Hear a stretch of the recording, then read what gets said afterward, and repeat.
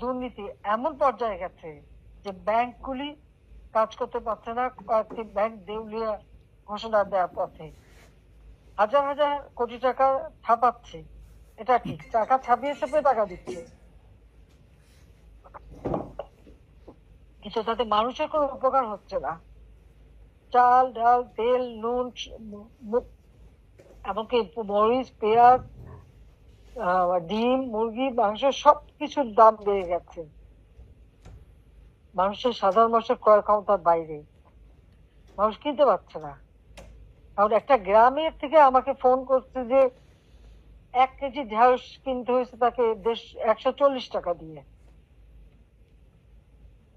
আলু 80 টাকা, চাল সেগুলিও এখন মোটা চাল যেটা সেটাও 80 টাকা, 70-80 টাকার উপরে। এভাবে প্রত্যেকটা জিনিস দাম সাধারণ মানুষের ক্রয় ক্ষমতার বাইরে চলে গেছে। আমরা 1 কোটি মানুষের জন্য 1 কোটি পরিবারকে পারিবারিক কার্ড দিয়েছিলাম টিসিবি কর্তৃক, 30 টাকায় চাল এবং অল্প দামে ডাল তেল চিনি এগুলি যাতে কিনতে পারে সেই ব্যবস্থা করে দিই।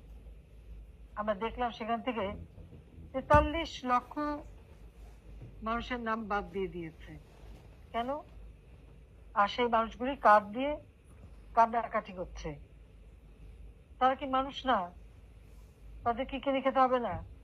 দিয়ে আসছি তো আমি, টাকা পয়সা রেখে আসছি, 20 লক্ষ মেট্রিক টন চাল রেখে আসছি, তাহলে এই মানুষগুলোকে কেন বঞ্চিত করলো? আমার মনে হয় কি জানেন, আসল কথা ওই টাকা পয়সাগুলি, কারণ ওই যে পণ্যগুলি কিনতে হবে এবং মানুষকে স্বল্প মূল্যে দিতে হবে, ওই টাকাগুলিও তারা আত্মসাৎ করে নিচ্ছে। গরিবের টাকা খাওয়া এটা তো আমাদের ইউনূস সাহেবের কাজই, ক্ষুদ্র ঋণের নামে গরিবকে শোষণ করা। আর কাজে এই টাকা লোভও সামলাতে পারেনি।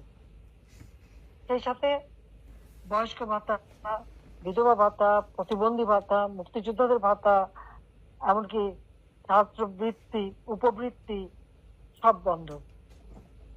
তাহলে সেই টাকাগুলি যাচ্ছে কোথায়? আমি তো বাজেট দিয়ে এসেছি 7 লক্ষ কোটি টাকার কাছাকাছি,